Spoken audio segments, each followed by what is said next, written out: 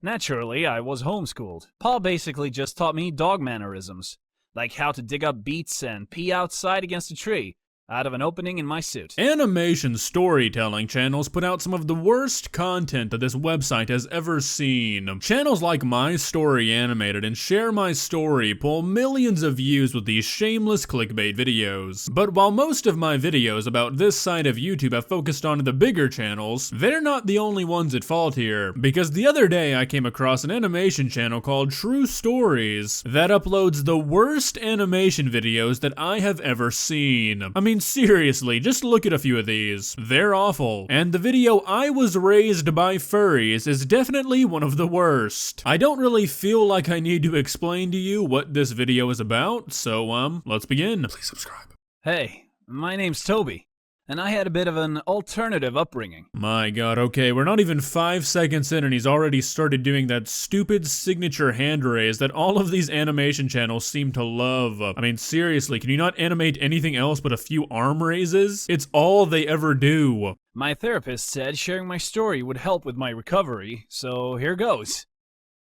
I grew up on my parents' remote rural farm. The nearest town only had a gas station, post office, and an all-items trading shack. That's where my pa traded the beets, carrots, and corn we grew for cash and other supplies. What? Is this story taking place in the 1800s? What modern town can be described like this? Especially one that's forward enough to have two furries. I mean, seriously? A trading shack? My parents were different, only I never knew, until I was much, much older. From birth, I only knew them as dogs. You see, my parents wore dog suits 24/7. Giant fluffy dog costumes that covered their entire bodies and faces. I never saw them without fur. Okay, so now is a good time to mention that the channel name True Stories is not just a name. The channel owner advertises these as all true stories that are fact-checked. So while implying that two grown adults could live their entire lives in fursuits is ridiculous on its own, in about 45 seconds, the story is going to contradict itself anyways, so I'm going to go ahead and say that this is not a true story. And they didn't do things by halves. So I had my own dog suit, with black and red fur, and these big, wide ears. As far as I knew, we were just an ordinary little pack of dogs. Actually, one of my earliest memories is of my ma, on all fours in the bathroom, saying, "You must never let anyone see your skin suit. Only take off your fursuit on Sundays to bathe." There were no mirrors in the house. Are you serious? No, I'm really asking, are you serious right now? There was literally a mirror in the previous frame. Did the animators even try? So the only time I ever really saw my own full skin face was in the blurry, rippled reflection in the bathwater. It was a sorry sight. Bald and pale. My dog face was much more handsome. Anyway, Ma and Pa told me it was illegal to go around in just skin suits.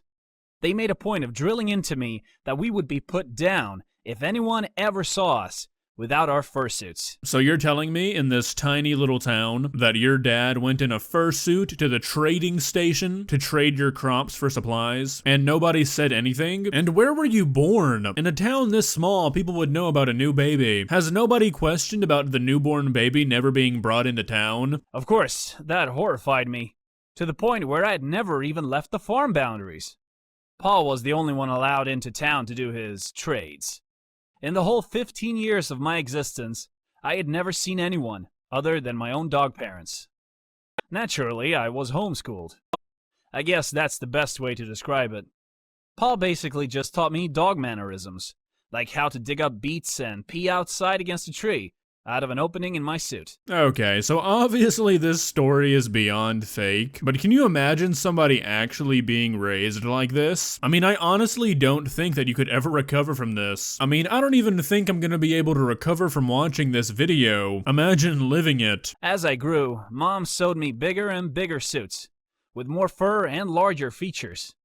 Every now and then, I'd finish my weekly bath and find a new suit laid out beside my bed. Some nights I'd be lying in my bed and would hear weird howling noises coming from my parents' room. But I was a little afraid of Pa, so I never dared to ask about it.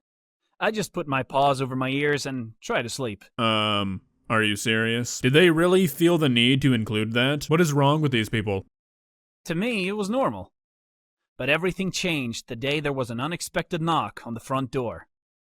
I started barking like mad, while Ma and Pa frantically ran around the house. Why would this be their reaction? Obviously, people know that they're furries. I mean, the dad apparently goes into town. Why would they care about a knock on the door? Nothing has made sense so far in this story. Suddenly, a face appeared at the window.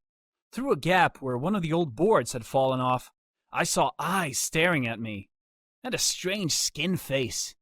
It was kind of like the reflection I'd seen in the bath, but at the same time completely foreign.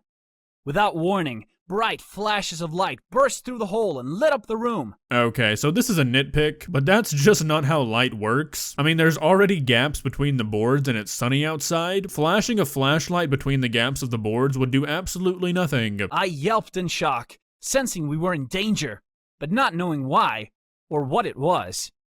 Defensively, I stood up on my hind legs and pawed at the gap.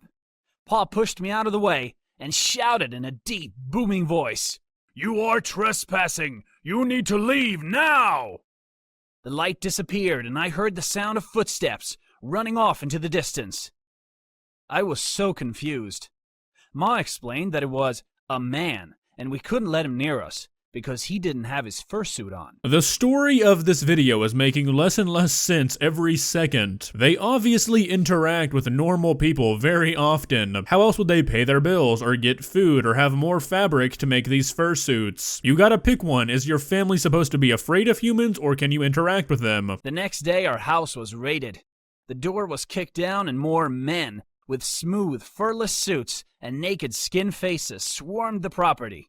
Before I knew it, I was pulled away from my parents and dragged into a waiting car, separated from them for the first time in my life. I was in sensory overload. Half of me was convinced I was about to die, while the other half of me thought I was in some kind of surreal dream. I was taken to a place where they kept trying to take off my fursuit. Alright, so this is only the 22nd time I've said this, but this story makes no sense. First off, how do they even know that this is a kid? Because that's the only valid reason that they could raid this house. And if you say it's because it's the government, they know everything, why wouldn't they have intervened earlier? They had to have known this was going on if they did the raid now. Explain yourself, True Stories. I lashed out and tried to bite them, not understanding that they were just medics, wanting to check me over. That was 4 years ago. Apparently, the face at the window that day was a man from the land surveyor's office. He was on a routine visit, but instead took photos and notified the authorities of my living conditions. Wow, okay, I really don't think I've ever repeated myself so much in one video. But how did he know of these conditions? He didn't even know there was a child in the house. And what conditions? It's not like he saw that y'all were dressed up like dogs. A boarded up window is not grounds for having your child removed. My parents were charged, and I ended up being placed into foster care. Oh, so they didn't even bother taking off the fursuits for the mugshots? They're just gonna let them live their life that way in prison? Oh, and they took a group mugshot, they didn't take them separately? Yeah, this story sounds really real. It's been tough adjusting to what everyone else calls normal life. I've had to learn to read and write a bit, and really miss the comfort and warmth of my fursuit. It was a big part of my identity. Are you serious? That's how the video ends? That's it? We don't even get to know what the parents were charged for? What a disappointment. Well, I can say with full confidence that that is by far the worst animation video that I have ever seen. Bad animation, bad storyline, bad ending. I mean, it checks every box. I'm hoping this trend of animated storytelling will die out soon, but as long as children exist, I'm sure it won't. If you enjoyed this video, please leave a like and walk on over to that subscribe button and touch it. It's free. It won't cost you anything. But for now, that's all I have for you today. Bye.